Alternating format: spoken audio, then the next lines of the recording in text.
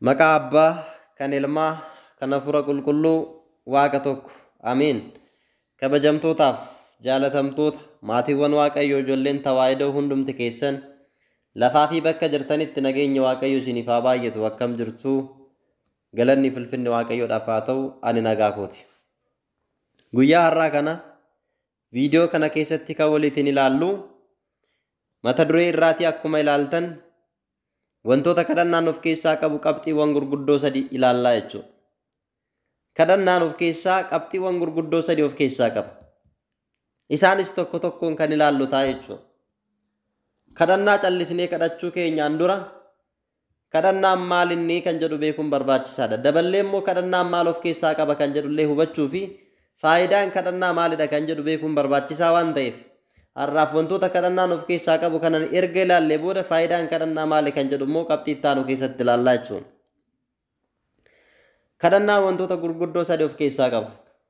Isaanis tokkoffaan galata of keessaa qaba. Waaqa roobee biqilchee aduudhaan bilcheessee nuuf laatu. Waaqa dhibee fi miidhama qaama keenya irraa tiksee nagaan nu bulchee nagaan nu oolchu. Akka gochaa cubbuu keenyaa osoo hin ta'in akka arjummaa isaatti Waaqa nu jiraachisu. Kanaaf kan ittiin galata isaaf galchinu yookiin galata kan isaan ittiin galata ittiif dhiyeessinu kadhannaadhaanii jechuudha. Kadhannaan kutaa galataa keessaa isa tokkodha jechuun. Kadhannaan Waaqa uumaa kan hunda caaluuf waaqummaa isaaf hunda danda'a ta'uu isaaf mootii addunyaa ta'uu isaaf fayyisaa addunyaa ta'uu isaaf mootummaan isaa kan hin darbine abbaa aangoo kan ta'e isa waaqeffachuudhaan kan ittiin isa waaqeffannu yookiin immoo maqaa isaa guddaa kaasnee kan ittiin faarsinu kan ittiin weeddisnu kadhannaadhaan jechuudha. Kadhannaan karaa ittiin Waaqayyoon uumaa keenya galateeffannu karaa dhalli namaa fi Waaqayyoon ittiin wal argu dildila guddaadha jechuudha. Erga kadhannaan kana ta'e namni kamuu jabaatee kadhachuun barbaachisaadha. Gaafa nuti jabaannee kadhannu gaafa nuti Waaqayyoof galata galchinu Waaqayyoon immoo waan nu barbaachisu hunda nuuf laata waan ta'eef. Kanaaf qabxiin kun kutaa ittiin Waaqayyoodhaaf galata ittiin galchinu keessaa tokko kadhannaa akka ta'e nu hubachiisaa jechuudha. Lammaffaan kadhannaan wantoota gurguddoo sadii of keessaa qaba jenneerra. Lammaffaan akka Waaqaaf bitamnee isaaf jilbeeffannu yookiin immoo isaaf sagannu nu taasisa. Yookiin karaa biraatiin yoo ilaalle kadhannaan kan inni of keessaa qabu lammaffaa irratti jilbeeffannaa yookiin Waaqaaf sagaduu of keessaa qabaa jechuudha. Kadhannaa kadhannee qofa kan dhiisnu osoo hin ta'in Waaqayyoon uumaa keenyaaf jilbeeffachuun Waaqayyoodhaaf sagaduun barbaachisaadha. Galata haadha keenya qulqulleettii dubaroo Maariyaam keessatti abbaadhaaf nan sagada, ilmaaf nan sagada, hafuura qulqulluudhaaf nan sagada jedha. Yeroo sadi jedhee kaaheera. Gaafa kana sagaduun akka nurra jiraatu hubannee sagaduu qabna jechuudha. Abbaaf galanni haa ta'u, ilmaaf galanni haa ta'u, hafuura qulqulluudhaaf galanni haa ta'u jennee Waaqa keenya uumaa keenyaaf kan galata itti dhiyeessinu isaaf bitamuu keenya kan itti agarsiisnu kutaa kadhannaa ta'ee otoo jiru yookiin kutaa galataa ta'ee otoo jiru kutaan galataa kun immoo kutaan kadhannaa kun immoo sagadallee of keessatti qabata jechuudha. Kadhannaan sagada of keessaa hin qabne faayidaa hin qabu jechuudha. Kadhannaan sooma of keessaa hin qabne faayidaa hin qabu jechuudha. Kadhannaan sooma of keessaa hin qabne faayidaa hin qabu jechuudha. Kadhannaan gaabbii of keessaa hin qabne faayidaa hin qabaatu. Guutuu akka ta'u kan taasisu kanneen amma jennee kana wal qabsiisee deemuu qabna. Kadhannaan galata of keessaa qaba. Kadhannaan sagada of keessaa qaba. Sooma of keessaa qaba. Kadhannaan fooniif dhiiga Waaqayyoo fudhachuu gaabbii galuu of keessaa qabaa jechuudha. Wangeela Yohaannis boqonnaa 4:23 irratti yeroon itti Waaqayyoodhaaf dhugaadhaan itti sagadannee dhufaa. Yeroon kun yeroo itti dhugaadhaan Waaqayyoodhaaf sagannu, yeroon kun yeroo itti Waaqayyoodhaaf dhugaadhaan itti bitamnu, yeroon kun yeroo itti Waaqayyoodhaan dhugaadhaaf itti ajajamnu ta'uusaa beeknee hundi keenya kana raawwachuutu nurra jiraata jechuudha. Waaqayyoof bitamuu keenyaa fi seexana balaaleffachuu keenya kan raggaasisnuun waaqa abbaa, waaqa ilmaa, akkasuma waaqa afura qulqulluuf yeroo jilbeeffannee sagannu qofadha jechuudha. Kana gaafa jennu waaqayyoodhaaf bitamuu keenya, diina keenya daabiloosiin mormuu yookiin balaaleffachuu keenya kan ittiin ibsinu sagaduu keenyaani jechuudha. Eenyuuf? Waaqayyoof.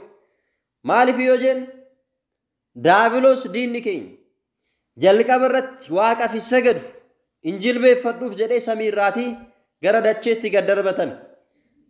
Mul'ata Yohaannis boqonnaa 12 lakkoofsa 10 irraa kaasnee gaafa dubbisnu hadheessituun obboloota keenyaa inni halkanii fi guyyaa waaqayyo fuulduratti isaan hadheessaa ture sun gara biyya lafaatti gad darbatameeraa jedha. Warri biyya lafaa keessa jirtan isiniif wayyoo, yaa warra samii keessa jirtanii, warri samii keessa jiraattan hundi keessan gammadaa jedha.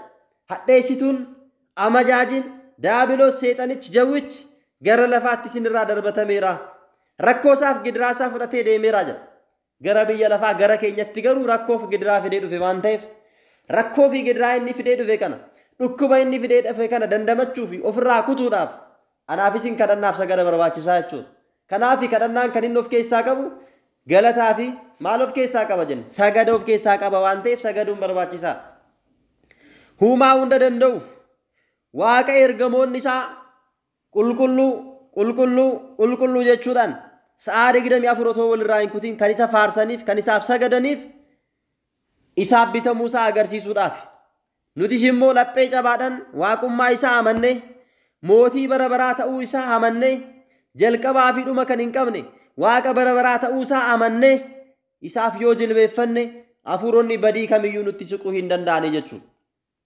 Karaa adda addaatti rakkoo dhukkubaan, rakkoo hafuura hamaan hidhamanii namoonni hedduun akkuma jiran rakkoo kanarraa baraaramuudhaaf, rakkoo kanarraa fayyuudhaaf furmaanni mana yaalaa deemuu qofa miti. Manni yaalaa rakkoo hafuura hamaarraa nama fayyisuu hin danda'u. Kan nu fayyisuu danda'u, bilisa kan nu baasuu danda'u, waaqayyotti amannee waaqayyoodhaaf sagaduu keenya, isaaf bitamuu keenya, isa waaqeffachuu, isa galateeffachuu keenya, soomuu fi sagaduu gaabbii galuu, fooniif dhiiga isaatti dhiyaachuu keenyatu furmaatan.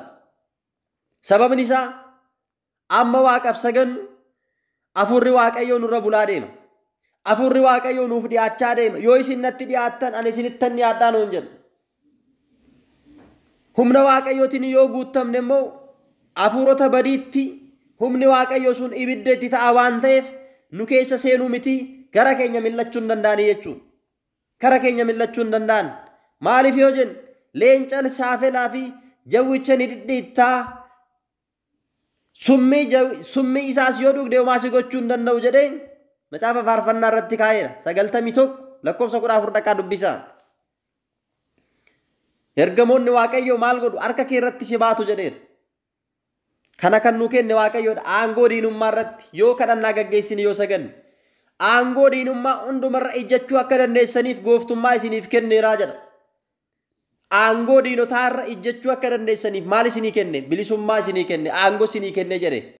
Wangeela Luqaas boqonnaa 10 lakkoofsa 19 dubbisaa. Yoo saganne, yoo kadhannaa gaggeessine, yoo waaqayyoof galata dhiyeessine aangoo diinummaa irra ittiin ijjannu qabna jechuudha. Humna diinotaa ittiin barbadeessinu qabna jechuudha. Yoo sana hin taane garuu jireenyi keenya duwwaa nu jalaa ta'a. Jireenyi keenya duwwaa akka hin taaneef jabaachuun barbaachisaadha jechuudha. Gara qabxii sadaffaatti darbina. Wantoonni kadhannaan of keessaa qabu keessaa inni tokko akka foon waaqaa nyaannu fi dhiiga isaa dhugnu nu gargaara. Yookiin immoo kadhannaan mataa isaatiin of keessaa kan inni qabu fooniif dhiiga waaqayyoo nyaachuu, dhuguu of keessatti haammataa jechuudha. Namni tokko yeroo kadhannaa jalqabu sadarkaadhaan amantii fi kennaalee hafuura qulqulluutiin guddachaa deema. Maaliif yoo jennu namni waaqa kadhatu waan waaqayyoo irraa barbaadu sana ni argata waan ta'eef. Namni dura hafuurota hamoodhaan hidhamee jiru yeroo kadhannaa jalqabu dursa hafuurota seexanaa kana maqaa waaqayyootiin cinqee qabuudhaan akka isaan gochaa badii irratti hin raawwanne ofirraatii ni kutaa jechuudha namni kun. Maaliidhaan? Humna waaqayyootiin, humna kadhannaatiin kan inni ofirraatii kutu. Hafuuronni badii kun immoo gochaa badii namarratti raawwachuu akka hin dandeenye, waaqatti yoo hiyyanne, waaqa isaaf yoo bitame kan nu gargaaru eenyudha? Waaqayyoodha jechuudha. Dirqama immoo hafuuronni kun akka isaan sansalata ibiddaatiin hidhamanii dabaree isaanii gochaa hamaa kana kan nurratti raawwachaa turaniif akka adabaman akka reebaman akka gubatan kennaan afura qulqulluu ni taasisaa jechuudha. Yoo nuti maal goone yoo nuti kadhanne jechuudha. Afuronni kun nama kana keessatti humnoota waraanaa isaan gaggeessaniin akka galchuu hin dandeenye humna waaqayyootiin danquu dandeenye. Yeroo adda addaatti dorgommii taasisu galuudhaaf seenuudhaaf qaama namaa keessa seenanii nama miidhuudhaaf dorgommii kan taasisan yoo ta'e karra kan itti cufuu dandeenyu humna kadhannaatiin. Namoonni waaqaaf bitaman yeroo isaan waaqaaf jiraatan afuronni kun namoota kana gadhiisanii gara si'ooliitti irraa gaggeeffamu. Irraa waan ari'amaniif namni kun hidhaa badii hafuurota hamootaa jalaa maal ta'a? Bilisa ta'a jechuudha. Hidhaa hafuurota hammeenyaa kan irraa bilisa erga ba'ee booda immoo gochoota gaarii hojjechuun aadaa namaa gargaaruu of keessatti qabachaa deemaa jechuudha namni kun. Gaafa kennaa hafuura qulqulluutiin guutamu hafuurri qulqulluun namni tokko nama garaa ga'uudhaaf gaafa inni sobu hafuurri qulqulluun nama kanatti ni gadda. Cubbuudhaa fi ilaalcha badaarraa akka inni fagaatuu fi cubbuu akka inni xireeffatee irraa fagaatu hafuurri qulqulluun ni jajjabeessa. Hafuurri waaqayyoo kun hafuura badii irraa ari'ee ofii isaatii immoo galma isa godhachuudhaan yookiin multoo isa godhachuudhaan gochoota hafuura hamaa irraati akka inni baraaramuuf ni gargaara. Waaqayyoon akka inni jaalatu lapheen isaa qulqulluu akka ta'u sammuu isaa keessatti bocuudhaan namni kun akka inni qulqullummaadhaan jiraatu karaa isaa agarsiisaa jechuudha kennaan hafuura qulqulluu. Isaan booda akka inni foonii fi dhiiga waaqayyoo fudhachuudhaan waaqayyoon kabajee fi kabajamee jiraatu taasisa. Fooniif dhiigni waaqayyoo qulqullummaadhaan nyaachuu fi qulqullummaadhaan dhuguun kan barbaachisuuf maaliif yoo jennu ani waaqayyo gooftaan keessan qulqulluu akkuman ta'e isinis jireenya keessan hundumaan qulqulloota ta'a waan nuun jedhuuf seera lootaa boqonnaa 19 lakkoofsa 2 irratti. Egaa kiristaanota foonii fi dhiiga waaqayyoo qulqullummaadhaan nyaatanii dhuganii erga raawwatanii booda qulqullummaadhaan jiraachuun adeemsa amantaa keenyaa isa dhumaati jechuudha. Namni tokko cubburraa addaan ba'ee qulqullummaa qabaatee fooniif dhiiga isaa fudhatee gaabbii galee yoo qulqullaa'e gara waaqayyootti yoo deebi'e jireenya sadarkaa dhumaa mootummaa waaqayyoodhaaf kaadhimamu yookiin mootummaa waaqayyoo galuudhaaf qophaa'eeraa jechuudha. Maaliif waaqayyoon sagalee isaa hin jijjiiramneen akkana nuun jedha. Dhugaan isiniin jedha. Isin foon ilma namaa yoo nyaachuu baattan dhiiga ilma namaas yoo dhuguu baattan jireenya of keessaa hin qabdan. Eenyullee foon koo kan nyaatu dhiiga koos kan dhugu jireenya bara baraa qaba. Ani guyyaa dhumaa du'aa isa nan kaasaa jedha. Du'aa kan ittiin kaanu jireenya bara baraa kan ittiin argannu jireenyi keenya kan ittiin eebbifamu galmi keenya ni dhumaa fooniif dhiiga waaqayyoo waan ta'eef. Wangeela Yohaannis boqonnaa 6 lakkoofsa 53 hanga 54. Namni foon waaqayyoo nyaate namni dhiiga waaqayyoo dhuge mootummaa waaqayyoo ni ilaala. Jireenya bara baraa argata. Waaqayyoo wajjin jiraata. Innis waaqayyoo wajjin jiraata. Jireenyi isaa ni eebbifama. Hafuurri qulqulluun isarra buufata. Namni foon waaqaa nyaate namni dhiiga waaqaa dhuge addunyaa kanarraa fooniin osoo jiraatu waaqa uffata. Gooftaan isa keessa jiraata. Foon koo kan nyaatu dhiiga koos kan dhugu ani isa keessa nan jiraadha. Inni sana keessa jiraataa jedha. Wangeela Yohaannis boqonnaa 56 irratti jechuudhaan gooftaan akkuma dubbatu fooniif dhiiga waaqaa namni nyaatu jireenya bara baraa qabaata. Mootummaa waaqayyoo dhaalee jiraata waan ta'eef fooniif dhiiga waaqayyoo fudhannee jireenya bara baraatiif qophaa'oo taanee akka jiraannu waaqayyoon hunda keenya nu haa gargaaru. Egaa wantoonni kadhannaan of keessaa qabu qabxiiwwan kana sadan waan ta'eef qabxiiwwan kana sadan itti fayyadamuudhaan waaqayyoon galateeffachuudhaan hanga dhumaatti cimnee dhaabbachuudhaan waaqayyo irraa eebba akka argannu waaqayyoon nu haa gargaaru. Kabraa faayidaan kadhannaa maali kanneen jedhu immoo kutaa itti aanu keessatti waliin laala. Gama biraatiin immoo barnoota dhaabbataa sa'aatii 24 kan itti fufu waldaa Hafuuraa Tokkummaa Sillaasee irratti waan dabarsaa jirruuf gama iimootiin dhuftanii akka barattan isin affeerra. Kanneen na dubbistanii gara sanitti dabalamuu barbaadan lakkoofsa bilbilaa Duwwaa 912 76 87 51 bilbilaa Duwwaa 912 76 87 51 na dubbisuudhaaniin dhuftanii barachuu dandeessu. Waaqayyoon siif haa ta'u. Wasbaatil Egzaabeer.